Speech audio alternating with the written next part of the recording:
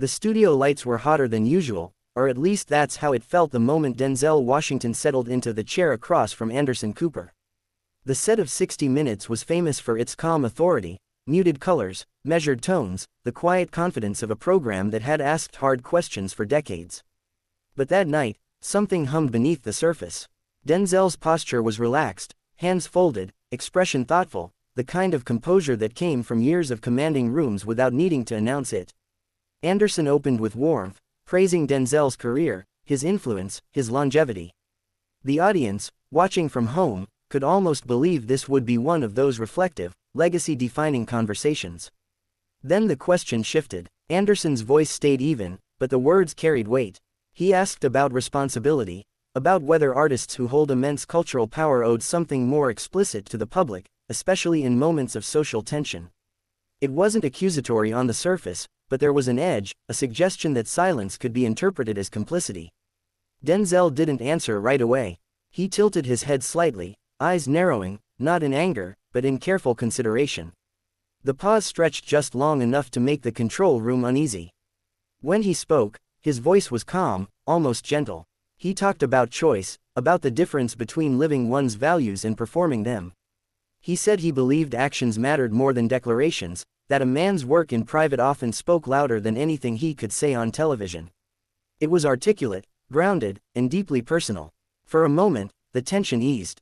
But Anderson leaned in, sensing there was more beneath the surface. He followed up, reframing the question, this time more pointed. Did Denzel understand why people might feel disappointed when someone of his stature didn't take louder public stands? The temperature in the room changed. Denzel's jaw tightened, not visibly, but enough that those close to him noticed. He shifted forward in his seat, hands now resting on his knees. His response wasn't defensive, it was firm. He challenged the premise itself, questioning who decided what, loud enough, meant and why moral credibility seemed to require public performance. As he spoke, the crew grew still. Even the faint rustle of notes stopped. Denzel wasn't lecturing, but he was reclaiming ground. He spoke about decades of work, about mentorship, about contributions that never made headlines. He said integrity wasn't a soundbite. His eyes never left Anderson's, and there was no hostility there, just resolve. The kind that made it clear he wouldn't be cornered. Anderson nodded, respectful but persistent. He reminded viewers that the role of journalism was to ask questions people at home were already asking. It was a subtle move, shifting the pressure from himself to the audience. Denzel exhaled slowly, the hint of a smile flickering and fading just as quickly. He acknowledged the role of the press, but added that questions carried assumptions, and assumptions could distort truth as easily as they could reveal it. The exchange began to feel less like an interview and more like a philosophical standoff. Two professionals, each standing on principle. The producers signaled a brief pause, but neither man seemed ready to retreat. Denzel's voice grew slightly more intense, not louder, just more deliberate. He spoke about dignity, about the danger of reducing complex lives to simplified narratives.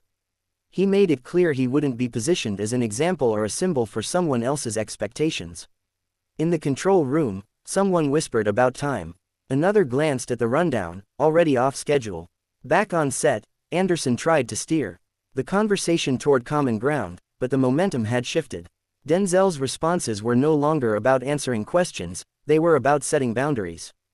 The air felt tight, charged, as if one wrong word could snap the fragile balance holding the conversation together. Viewers at home leaned closer to their screens, sensing they were watching something rare and unscripted. This wasn't outrage or theatrics. It was something heavier, a collision of values unfolding in real time. And as the cameras continued to roll, it became increasingly clear that this conversation was approaching a point where courtesy alone might not be enough to keep it contained. When the cameras came back from the brief pause, the atmosphere hadn't softened, it had sharpened. Anderson Cooper sat straighter, papers neatly aligned in front of him, his expression composed but alert. Denzel Washington returned to his seat with the same quiet dignity he carried everywhere, yet something had shifted. The politeness was still there, but now it felt ceremonial, like the calm before a door finally closed. Anderson attempted a reset, acknowledging the passion in Denzel's response and offering a bridge back to safer ground. He mentioned Denzel's body of work, the characters that had inspired generations, the sense of moral gravity audiences associated with his performances. It was generous, even complimentary. But Denzel recognized the pivot for what it was, a way to reframe without fully releasing the tension that had already taken hold. He listened carefully, nodding once, then replied with a measured gratitude. And then, gently but unmistakably, he returned to the core issue. He said he was proud of his work, proud of the people he'd helped along the way, but uneasy with the idea that any interviewer, any platform, could demand a public reckoning on terms that felt pre-written. His voice never rose. That was the most striking part. The intensity lived in his precision, not in volume. Anderson pressed again, this time invoking the audience directly. He spoke about viewers who felt unheard, who looked to figures like Denzel for reassurance or direction in uncertain times. The question hung in the air, heavy with implication. For a moment, Denzel said nothing.